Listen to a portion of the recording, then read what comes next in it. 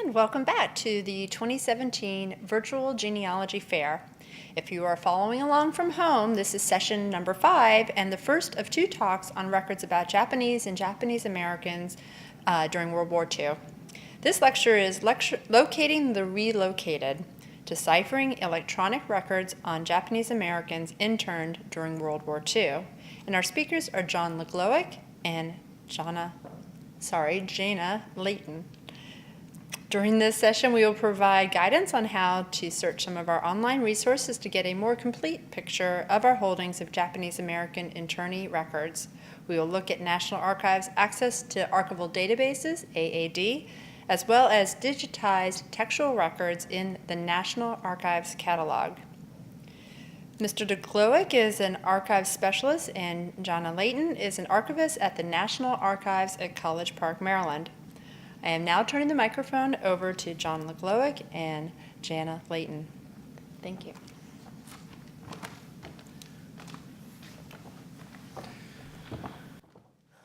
Thank you, Andrea, for that kind introduction. Good afternoon and welcome to all of you out there for session 5 of the 2017 Virtual Genealogy Fair, Locating the Relocated. I'm very happy to be here this afternoon along with my colleague in the Electronic Records Division, Jana Leighton. In the session that will follow ours, you'll hear from another of our colleagues, Gwen Granados, who will join us virtually from Nara Riverside to discuss related records on this topic. It is important to talk about this topic in the 65th anniversary of the issuance of Executive Order 9066, signed by President Franklin Delano Roosevelt in February of 1942, which called for the confinement of all Japanese, German, and Italian Americans, though primarily directed at Japanese Americans. I hope that everyone had a chance to download the handouts for this presentation, specifically those concerning NARA's access to archival databases, on which my portion of this presentation will be focused. By way of some introduction to what Jana and I do on a daily basis, I want to give a little background on the work of the Electronic Records Division. We are the custodial unit responsible for the born digital records of the federal government, the records that have never existed on paper. Now, of course, the Japanese American internee records, which we are discussing today, were converted to an electronic file in the 1960s. The government had gathered the information as part of processing individuals into camps and originally captured the information on computer punch cards. The records maintained by the Electronic Records Division are primarily raw statistical data, but there is an advantage insofar as these are the records of the future that you can access now. In most cases, electronic records are transferred to the National Archives because of their risk of technological obsolescence. If the raw data is relatively clean, the records can be processed and made available within a short period of time. For example, within just a few years of the end of the Vietnam War, the National Archives had accessioned many of the operational and casualty records of that conflict. The Electronic Records Division has records in its custody that are just a few years old, which benefits those researchers working on contemporary research topics. Of course, there are researchers out there who don't get electronic records and raw data. It's okay, I can say that. I used to be one of those people. An example of the raw data held by the National Archives are those census forms that you filled out in 2010 and will do so again in 2020 during the last decennial census. All of those bubbles you filled in, and even some of the marginalia that you may have written, was captured by the archives and preserved so that future generations can see where you stood for the 2010 census. As an archivist for more than 20 years, I've been working with electronic records for the past 11, and I wasn't sure how this was all going to work when I started. We'll often get inquiries from researchers who have come to us from the paper side of the house, and when we explain the intricacies of electronic records and raw data, their eyes get very wide and they admit they've made a serious mistake and they really don't want what we have. Basically, the electronic records at the National Archives range from statistical data, email, PDF documents, agency newsletters, and Department of the Interior geospatial maps, just to name a few. These are records created in a machine-readable or computer format that require a computer for access. Obviously, this means most of our holdings date from World War II, when federal agencies began using computers in carrying out regular government functions. One of the primary access tools available to researchers, and the focus of my portion of the session, is NARA's Access to Archival Databases, or AAD. AAD contains more than 174 million individual records across 66 different series. AAD covers subjects ranging from genealogy and personal history topics like immigration and military casualty and service records to government spending and international relations, just to name a couple of examples. If you ask many of our users, I think they might tell you the greatest feature of AAD is that it takes the raw statistical data and presents it in a user-friendly format to search and view individual records.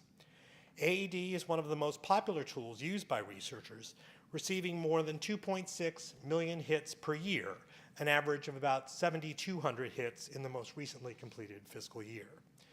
A good analogy to describe AAD is they are the self-service gas pumps of the National Archives. A researcher can pull up to the portal and get what they're looking for with relative ease. If you're looking for one individual record, what happened to your buddy in Vietnam? What year did your grandfather enlist in the Army in World War II? What was the name of the ship that brought your ancestors to the United States? These answers can all be found in AAD. In just a few moments, I'll show how to search in the Japanese-American internee data file to locate individuals who were detained during World War II.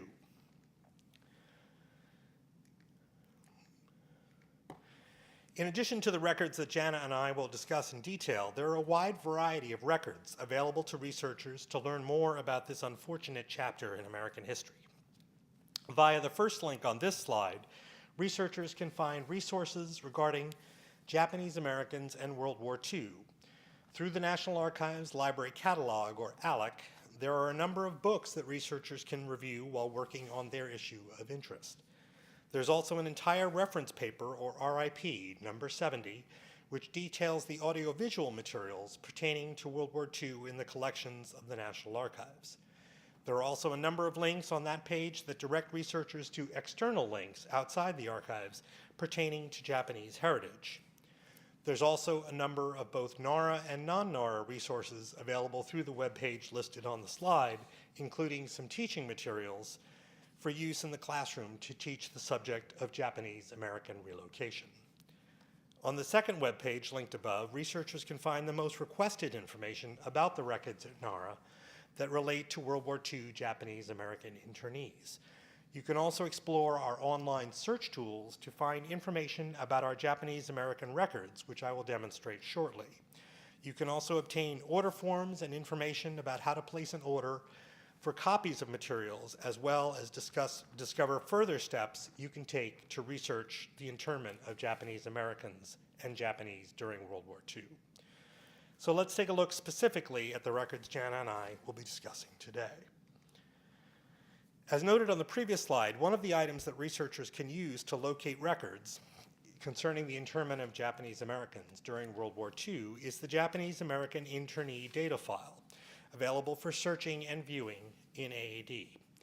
These records were created by the War Relocation Authority, or WRA, to collect information on individual evacuees on WRA Form 26. The data was used by the WRA to support the management of individuals and the relocation centers in general.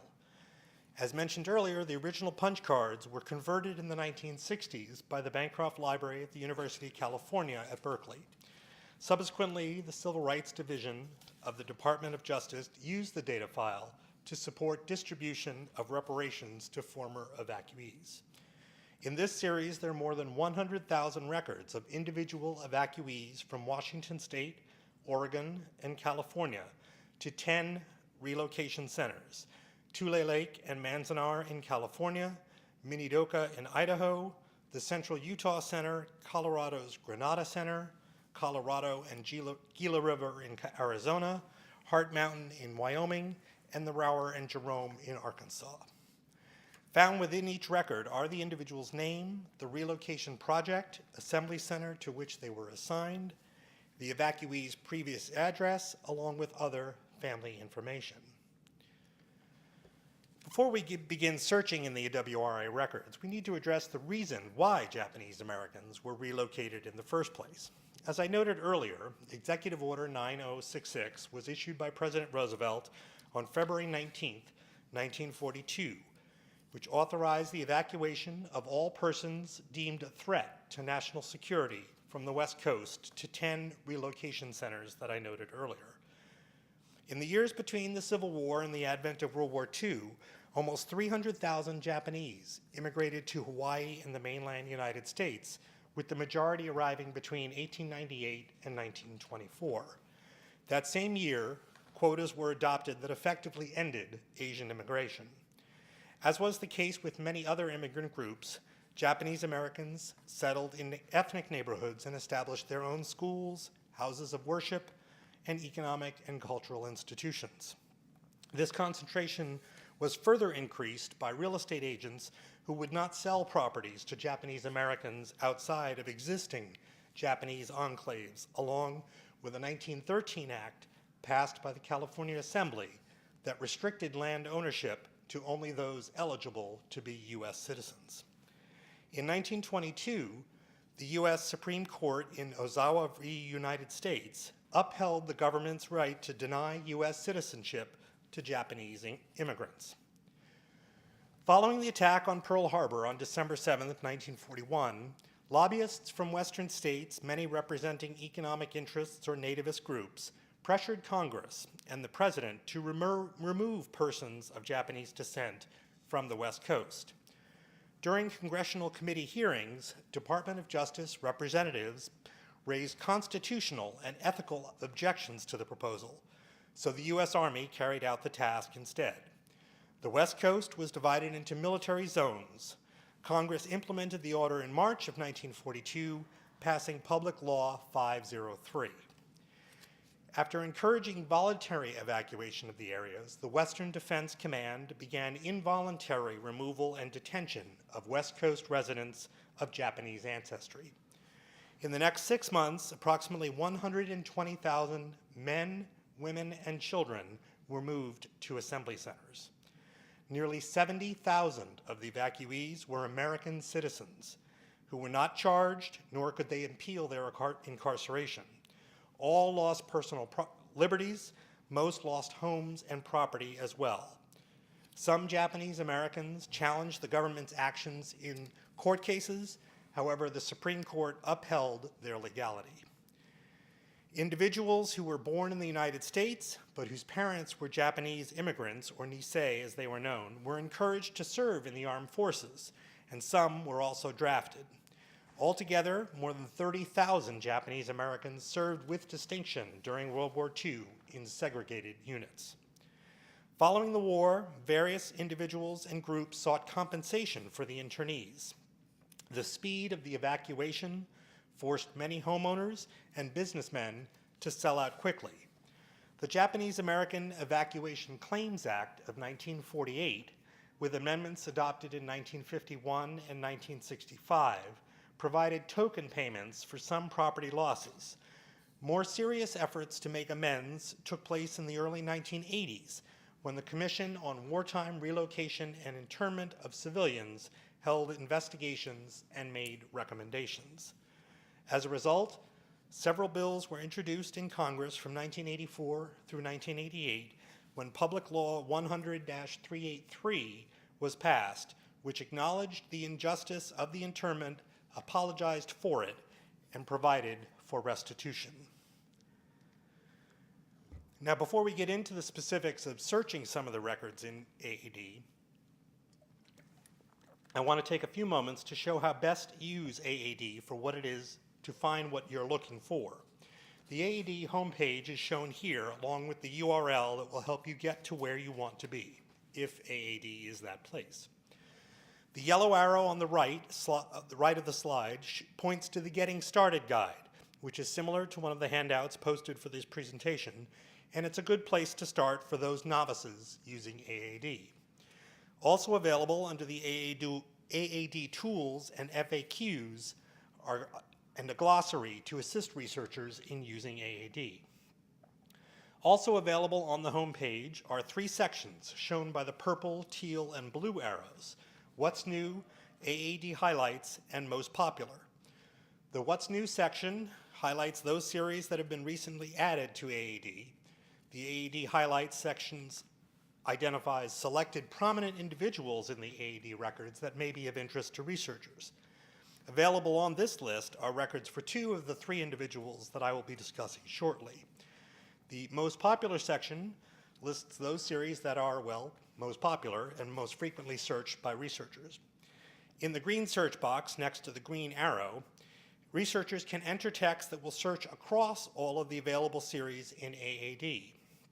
If you're interested in a specific topic, you can also browse by category next to the red arrow, and you also have the option of searching by subject by clicking on the Browse by Subject in the lower right corner of the red box.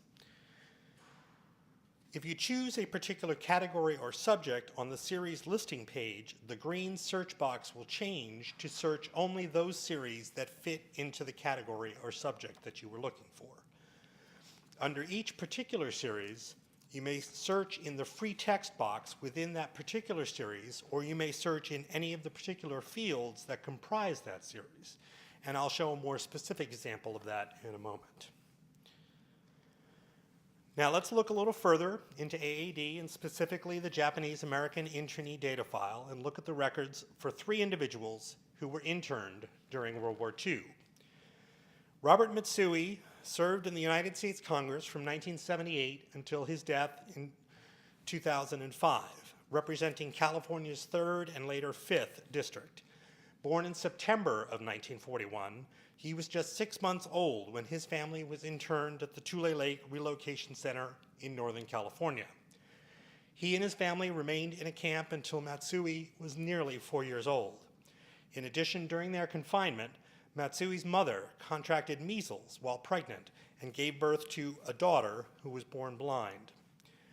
Later, when Matsui was elected to Congress, he was instrumental in seeking compensation for those Japanese Americans who were interned in the camp, the same compensation that I referred to earlier. In 1988, President Ronald Reagan signed the Civil Liberties Act of 1988 that apologized for the relocation and established a trust fund to pay reparations to those who were placed in the camp. In addition to Matsui, his wife Doris went on to serve in Mr. Matsui's seat, was also interned in a camp. Now, I'm going to do a little live searching in AAD, and if that doesn't work, there is a handout that we can use.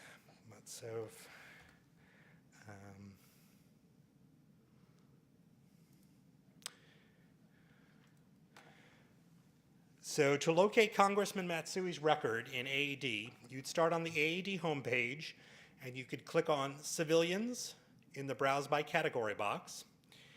The Japanese American internee data file should appear about 8th down the list.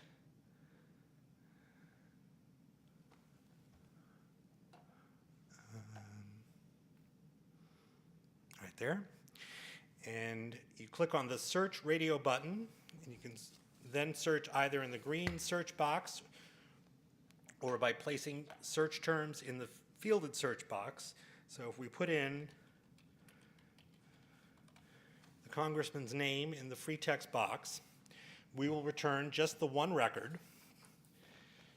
And by clicking on the piece of paper icon, you can view the full record as shown here. So the fields that are shown in the full record are the individual's first and last name, other vital information, the name of the assembly and relocation centers through which they were processed, the last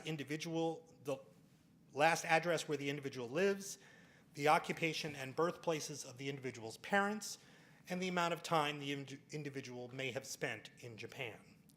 So you can see here that Mr. Matsui was interned at Tule Lake, processed through the Pinedale Center.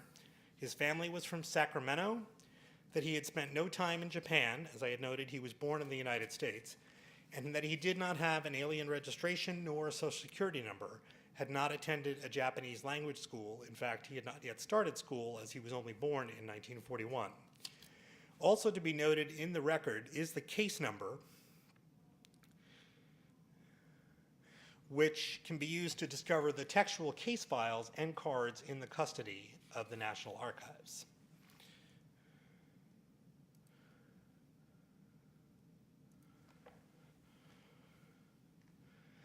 Now, our second individual is one who's neither a political personality nor a frontline entertainer, as is our next individual.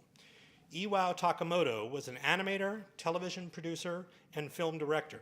He learned most of his illustration skills while interned at Manzanar from two other internees who had been art directors at film studios.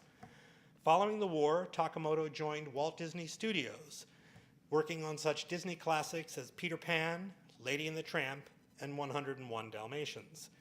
He received a job offer from Walt Disney based on the illustration books that he had created in the internment camp.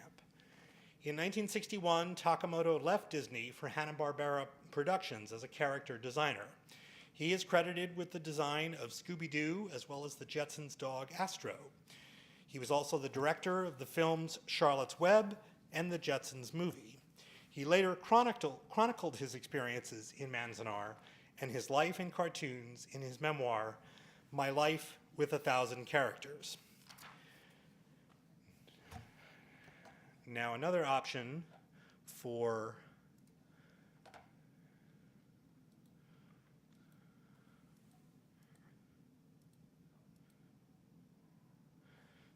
finding the Japanese-American internee data file is you can click on the World War II category under Wars and International Relations, and you'll get a list of 5 series specific to World War II. Now again, using the free text search box, we can type in Takemoto,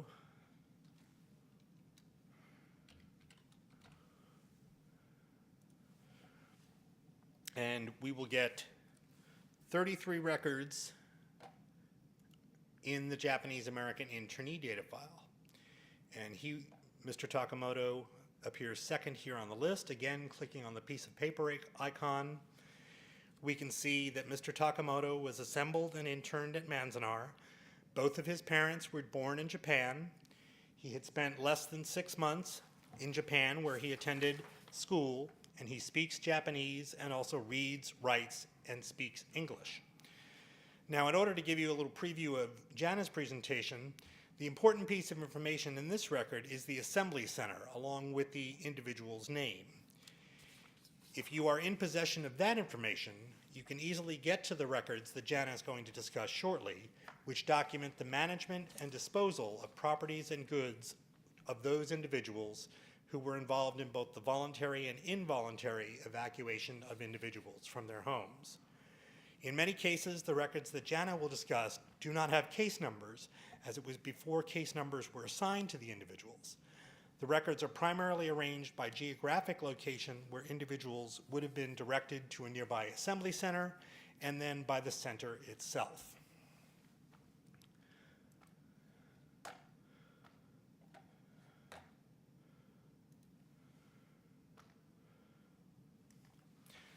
Now, George Takei, or Hosato Takei, as we will see in a moment, was born in 1937.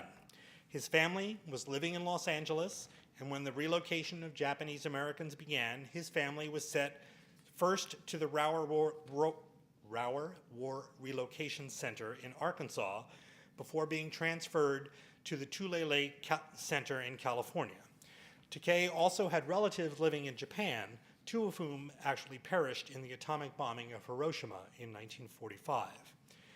After a few small film roles in television and film, Takei was cast as Lieutenant Hikaru Sulu in the television series Star Trek in 1965. He also appeared as Sulu in all 6 of the Star Trek movies that featured the original TV cast. A vocal activist for human rights, Takei recently also starred in a project that he created, a musical titled Allegiance, which used his experiences from his time in the internment camps. Takei wrote, "I was just a child of 5 when we were forced at gunpoint from our home and sent first to live in a horse stable at a local racetrack. A family of 5 crammed into a single, smelly stall. It was a devastating blow to my parents, who had worked so hard to buy a house and raise a family in Los Angeles.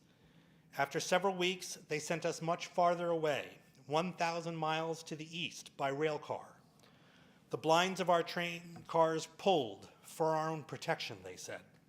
We disembarked in the fetid swamps of Arkansas at the War Relocation Center. Really, it was a prison. Armed guards looked down upon us from sentry towers, their guns pointed inward at us. Searchlights lit pathways at night. We understood. We were not to leave. My parents did their best to make life seem normal. As a child, I very readily accepted our new circumstance and adjusted to it.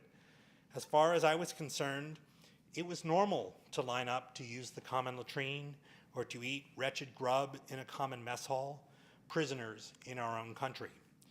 It was normal for us to share a single small barrack with no privacy whatsoever, and it was normal to stand each day in our makeshift classroom reciting the words of the Pledge of Allegiance with liberty and justice for all. As I looked past the US flag out the window, the barbed wire of the camp just visible behind it. Now, yet another way to find your way to the Japanese American internee data file is to browse by subject.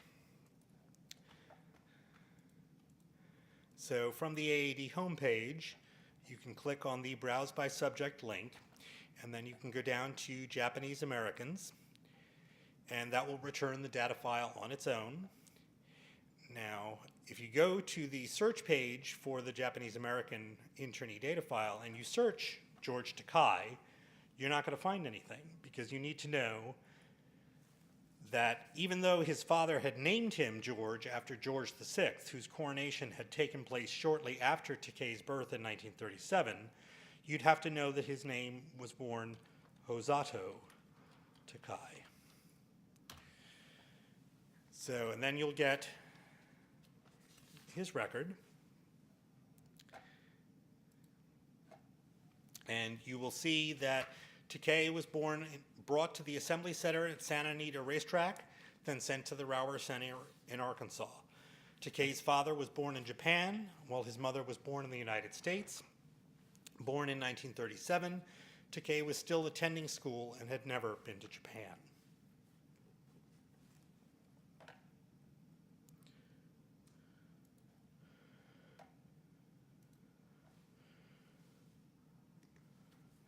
I hope that you've enjoyed this examination of the records of the Japanese American internee data file available through AAD. I've also endeavored to show you the corollary records that exist in the National Archives, including the records that my friend and colleague Jana will talk to you about in a moment. If there are any questions, or if there are any individuals who'd like to see some additional searching conducted in AAD, we can do that as time allows at the end of Jana's presentation. Just send in your questions via chat, Twitter, or whatever social media platform you're using for today's fair. Thank you very much for tuning into this session. I hope that you've learned something about the rather dark chapter in American history and how the records can illustrate how anyone can overcome adversity to become successful members of American society. And now I'll turn it over to my friend and colleague, Jana Leighton.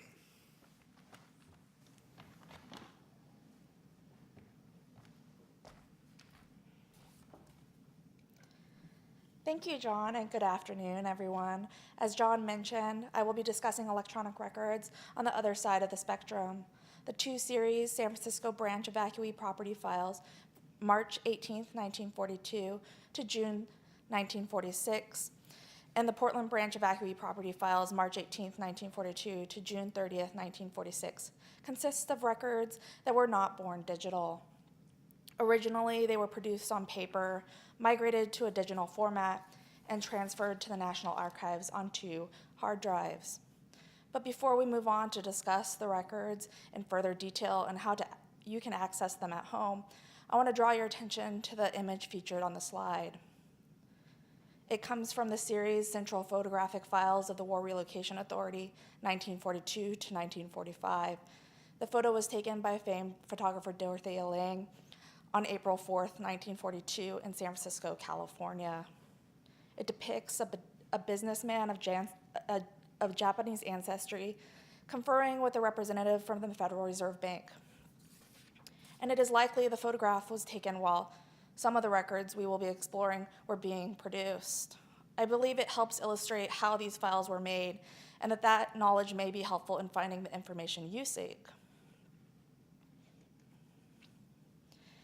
As John discussed earlier, with the issuance of Executive Order 9066 by President Roosevelt on February 19, 1942, the Secretary of War was able to designate military areas and order evacuation of all persons deemed a threat to national security.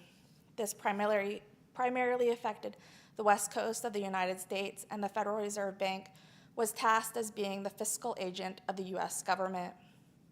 In response to Executive Order 9066, the Evacuee Property Department was established, and the Evacuee Property Program was initiated in March of 1942. Originally, the program fell under the jurisdiction of the Wartime Civil Control Administration. However, on March 18, 1942, President Roosevelt issued Executive Order 9102, establishing the War Relocation Authority, or WRA. And the Evacuee Property Program ultimately came under that agency's organizational authority.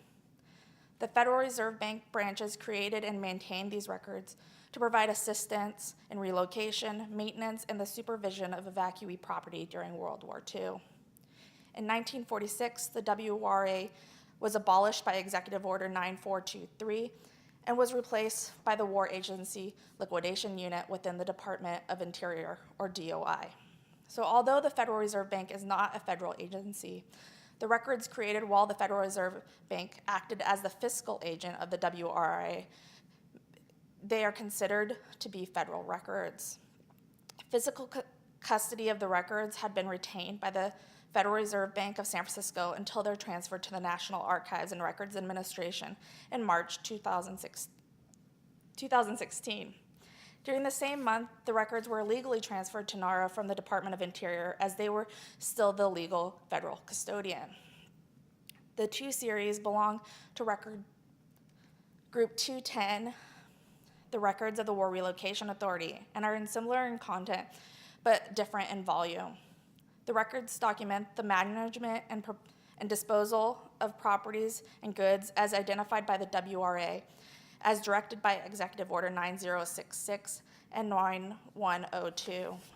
They consist of correspondence, reports, and case files pertaining to the property of individual families and businesses impacted by the involuntary evacuation and relocation, due in part to their foreign national status or Japanese ancestry. Nationalities represented within these records include, but are not limited to, German, Italian, and Japanese. Many of the documents produced at the Los Angeles branch of the Federal Reserve Bank were believed to have been incorporated into the San Francisco branch file collection while under the physical control of the San Francisco branch. We believe this is to be the main reason for the discrepancy in volume, although it may have to do with the difference in size of the Japanese American population located in Oregon compared to California. The subjects covered in both series include internment, military restricted areas, civilian exclusion orders, wartime civil control administration, U.S. Employment Service, the Farm Security Administration, and the Japanese Citizens League. Please note, few of the records are in Japanese. The Portland branch files include 98 file units, viewable and downloadable as PDFs. There are 6,184 tagged image file formats, or TIFFs, that correspond with the images that make up 97 of the file units. One of the file units consists of the finding aid and does not correspond to any TIFFs. The San Francisco branch evacuee property file includes 12 file units described in the catalog and comprised of 345 PDFs, with 127,788 corresponding TIFFs. The finding aid associated with this series was created by NARA staff.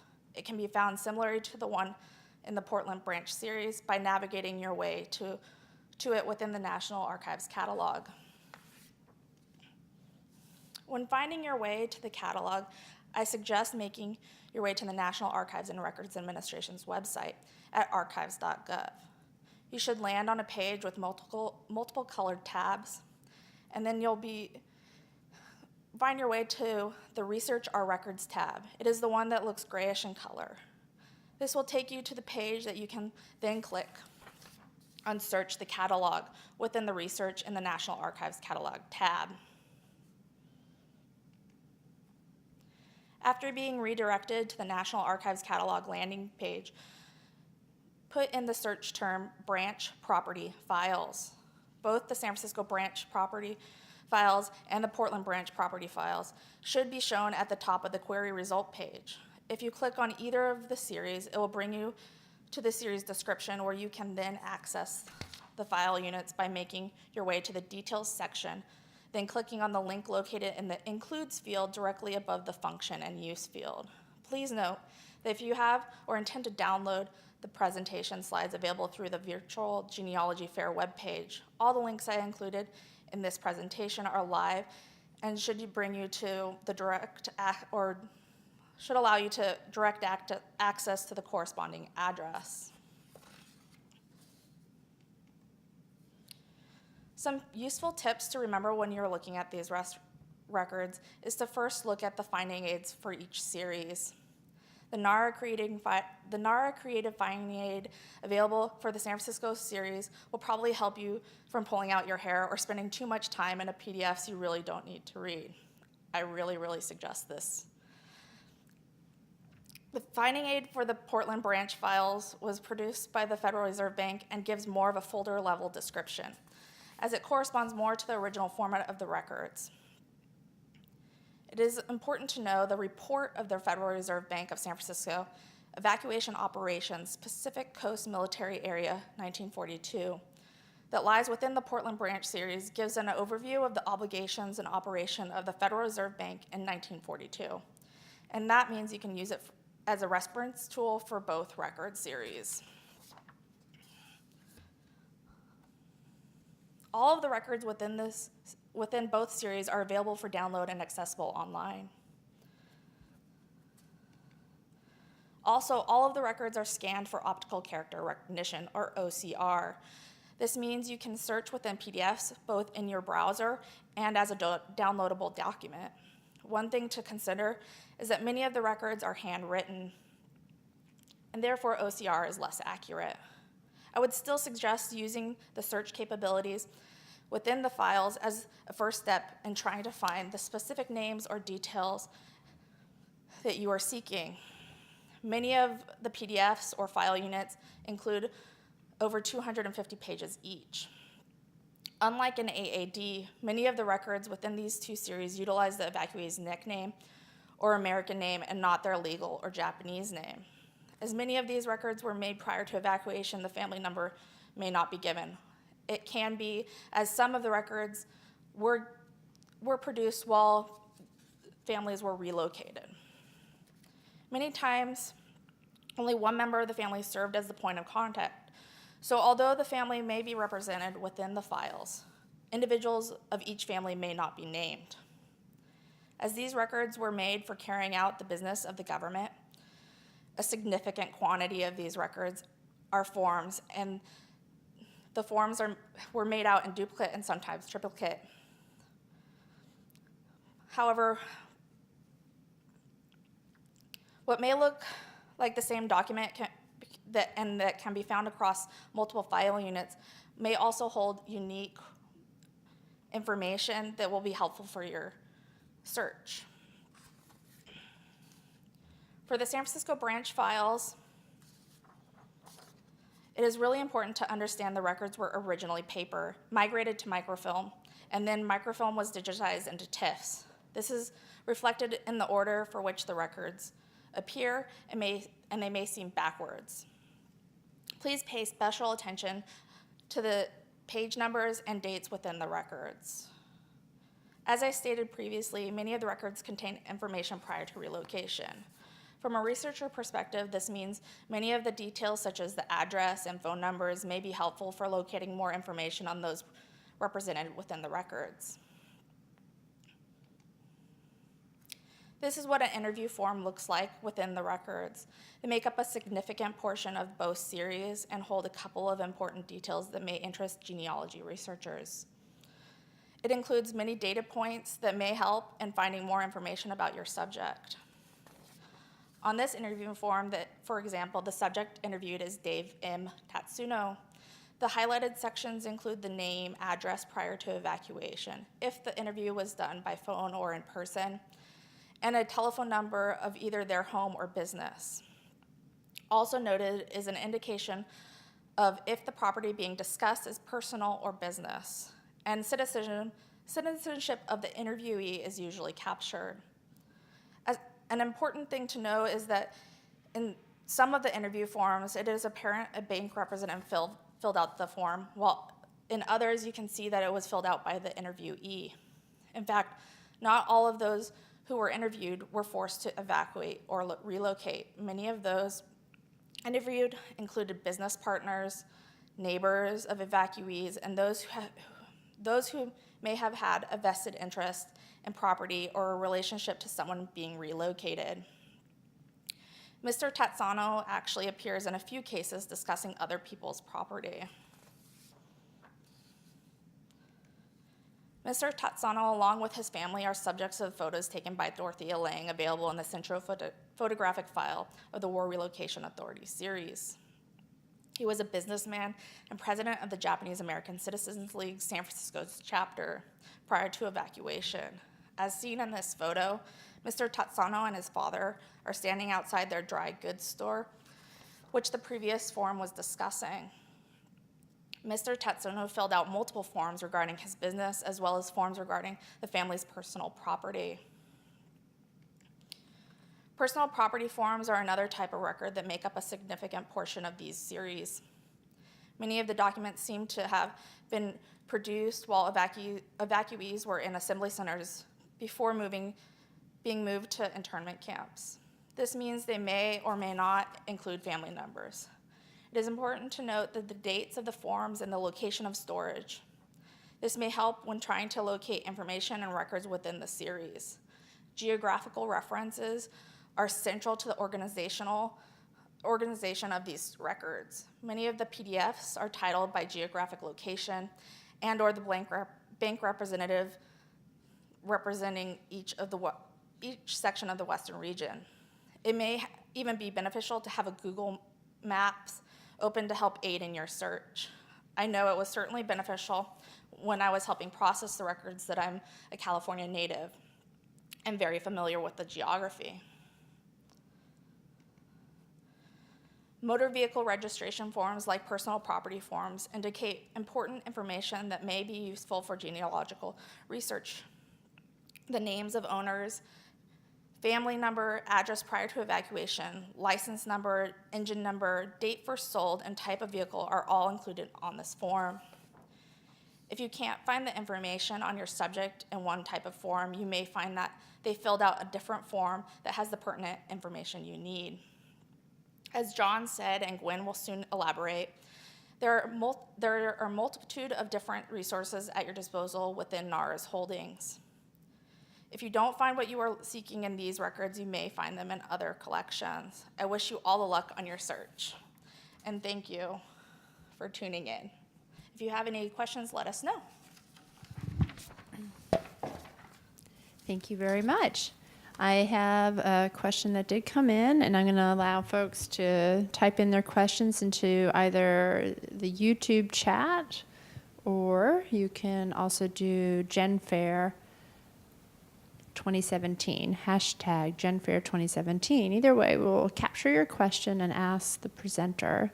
And I'm hesitating as I'm trying to find the question that I had for you. All right.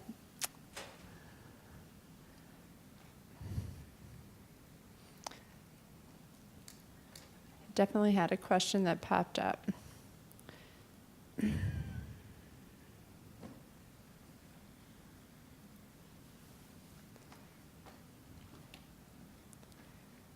I have too many, here we go, too many forms up. The question that came in goes back to earlier in the presentation. Are there exact addresses provided in the online data or just the city that they came from? It primarily is just the city in which the individual lived. So, as you can see here,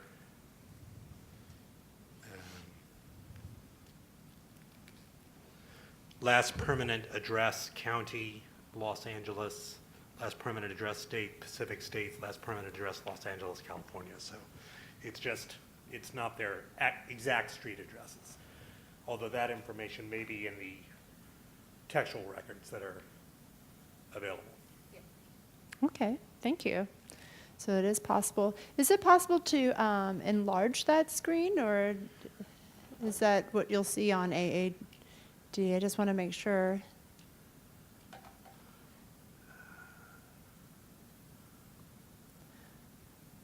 I do believe you should be able to enlarge it at home. Right. Are there any more questions from our online audience? I am not seeing any at this time. I'm sorry, I didn't mean to put you on the spot. Certainly you can enlarge that. Is there anything else you'd like to add before we let you go? Within the finding aid within the finding aid of the San Francisco branch series, the assembly center is really important, as John mentioned. And usually anybody who went through the assembly center was given an interview form, and there you can find addresses. And so if you know, if you go to AAD and find out which assembly center, you can then look within the finding aid for San Francisco branch and correlate that. And hopefully you can get the actual street address or apartment number, or at least a place of contact. Thank you. We've already got a thank you back from the person who asked that question. She says she's going to let her cousins know. So that's all the questions that I have at this time. I'm sure we'll get some more as people think more about these records. If you do have a question that comes up later, you can send it directly to the electronic records staff at cer@nara.gov.